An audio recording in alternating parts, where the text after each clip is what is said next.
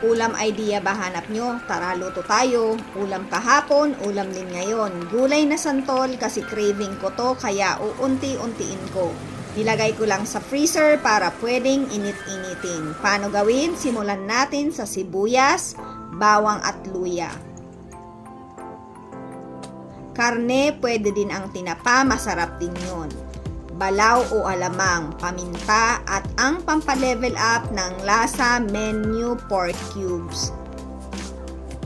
Fresh gata ng nyog, medyo marami ito. I-on na ang heat at simulang haluin. Huwag titigilan para hindi buo-buo ang gata. Kapag kumukulo na, ilagay ang kinudkod na santol. Preserve ang gamit ko, galing pa itong Bicol. December pa to, dinala ng biyanan ko. Haluin at kapag kumukulo na ulit, ilagay ang coconut cream.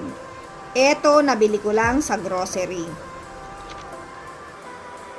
Haluin at ilagay na ang siling haba. Hatiin lang.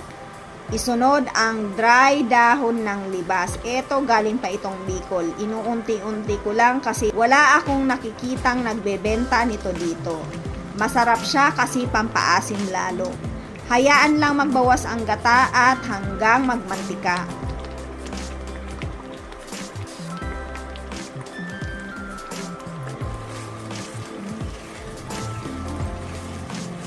At kapag may natural ng mantika, ilagay ang natitirang sili at pwede na yan.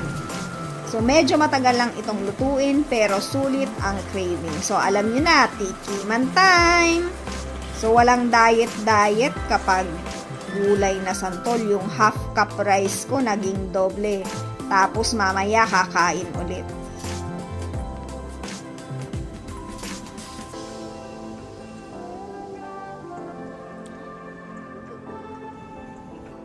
Unang subo. Init.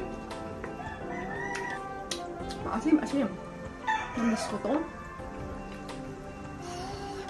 Anghang. Sabi nito ulam namin, mapapadami ako ng kanin. Kain tayo. Masarap to, may sinabawan. Tapos mainit ang kanin. Naku, mapapadami kayo ng kain.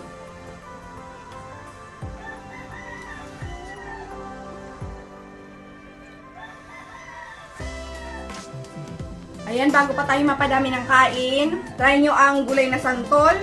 Ayan. Masarap to, mapapadami kayo ng kain. Walang diet-diet sa santol. So, ayan mga mamis, thank you for watching. Follow me for more videos.